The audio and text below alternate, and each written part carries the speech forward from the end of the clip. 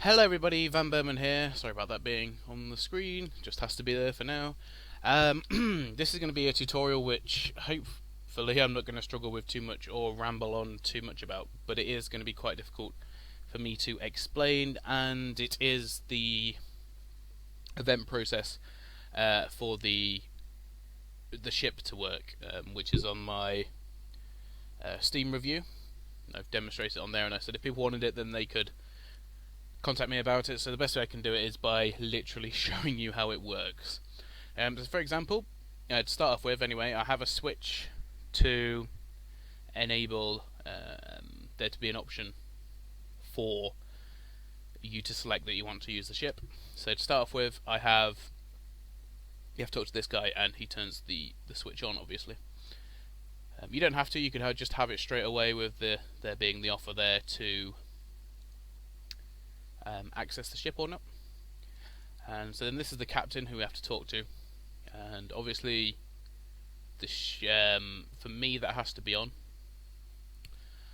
and it gives you a choice. So yes, so what I do is, what it first does is it transfers the player to the field, which I'll show you in a minute, which is where the boat is, and it then turns the ship on, and it also changes the transparency for the characters, so it makes them invisible, so it looks like they're actually on the ship, which is obviously good. And I don't know why I've got get on, get off vehicle, because yeah, that's not important. We then have, I think maybe I was just messing around. So then I have a control switch, which is on, which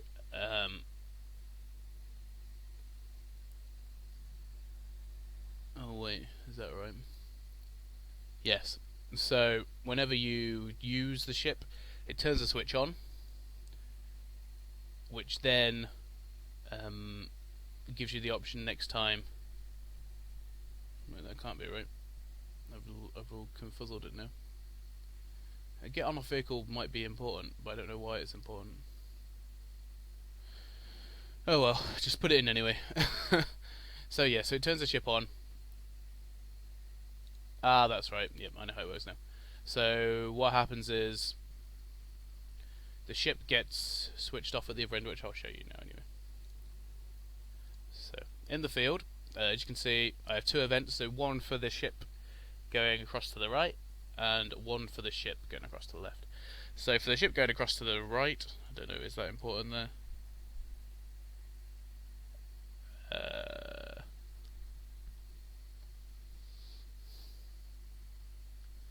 No.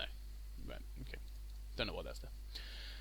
So what happens is when the ship is turned on, it enables the graphic, obviously, and I have the ship to obviously move. You're going to have to do these yourself and work it out for yourself, but basically you just count the squares across and get it to move across like that.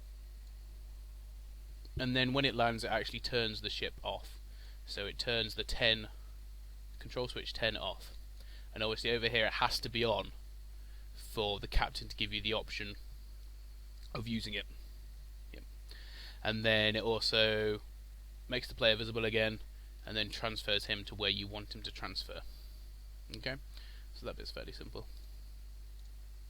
And then when you're over on the other side, oh no, not that one, here, you have another guy to talk to, and this does a conditional branch. So if 10 is off, then he asks you if you want to travel. If it's on, he tells you the ship's not here. So you say yes, and then once again it does exactly the same thing. It transfers the player to where I've put the other ship event. Makes the player invisible, puts them on the ship, and then it turns on my switch number 14, which is ship 2. So you're going to have two switches, one for each ship. So this is ship 2, and it does exactly the same thing. You have to get it to move in exactly the same way, and then it will go across, and once again it will transfer the player back to the previous port, make them visible again, and turn switch 14 off.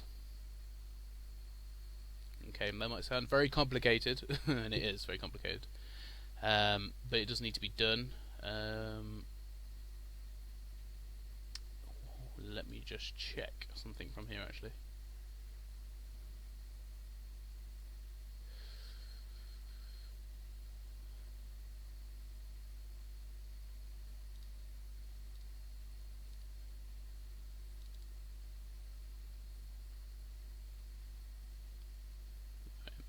Yeah. So you're going to want to make sure that the ship on the other side is on.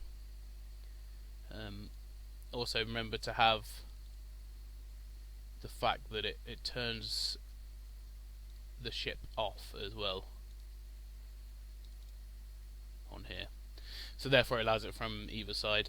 I was thinking about some ways you could improve it. Make sure it's on through. Obviously I don't know if I just mentioned that, but it makes it go through the water, through the tiles, the movement. There's one thing you could do. You don't have to have the switches. You could just have that it moves from either side. Basically, you would still have to have the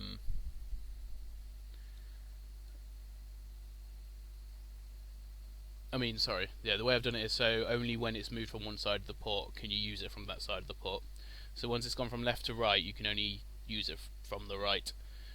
So if I was to go from left to right, then I got on my airship, went back to the left, it would be off. So you could have it so there's no need for that. You could just do it so it doesn't matter what side you are, you could still go across. And how you would do that is by I was trying to think now.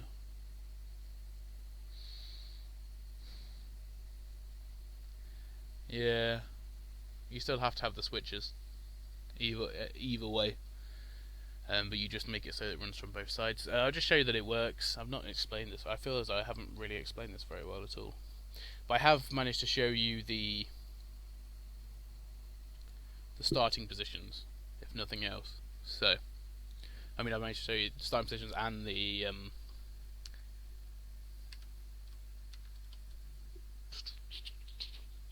other stuff.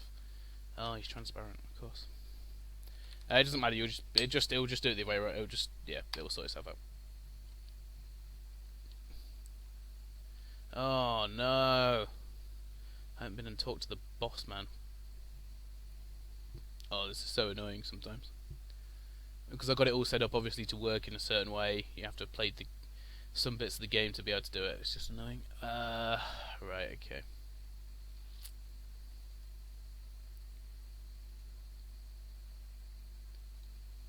So I apologise for this.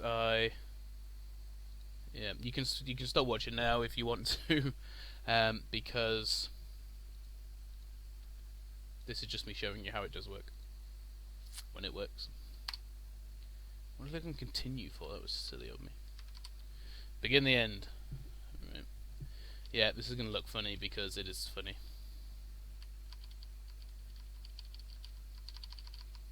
I don't want you stealing any of my lore. Right. I think he's on constant dash, hopefully. Oh no, he's on walk now. Can I make him go faster? No.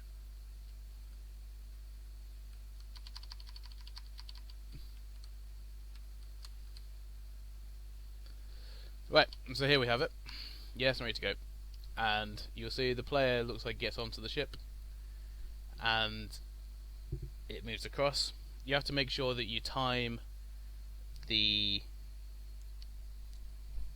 moving of the camera as well as the ship, and then of course it gets into the port and back there again, and then I can of course travel backwards as well. It's not perfect, not by any stretch of the imagination. There's some stuff which could definitely be improved on it, but that is what I've done for now anyway, and it does work, as you can see, very nicely. It works better on one end rather than the other, but still. There's just a demonstration of what you can do with it. Hopefully they will be help. Please do remember to pause the video and different bits of the game, of the video, sorry, for the event pages, so you can use them, and hopefully they'll be of some help. I mean, if nothing else, sort of just make it exactly the same to start off with, and then obviously expand on it as you go along. Get add to it. It's not easy to do, and it took me ages to work out. So, but anyway, I hope this video has helped. If it's far too complicated, then I honestly don't really know how to make it any easier. I have tried my best with that one. But if you do have any questions, any specific questions, please leave them in the comments at the bottom of the video, and I will try and answer them as best as possible if I can get my head around it. So thank you very much for watching, everybody, and I will see you next time.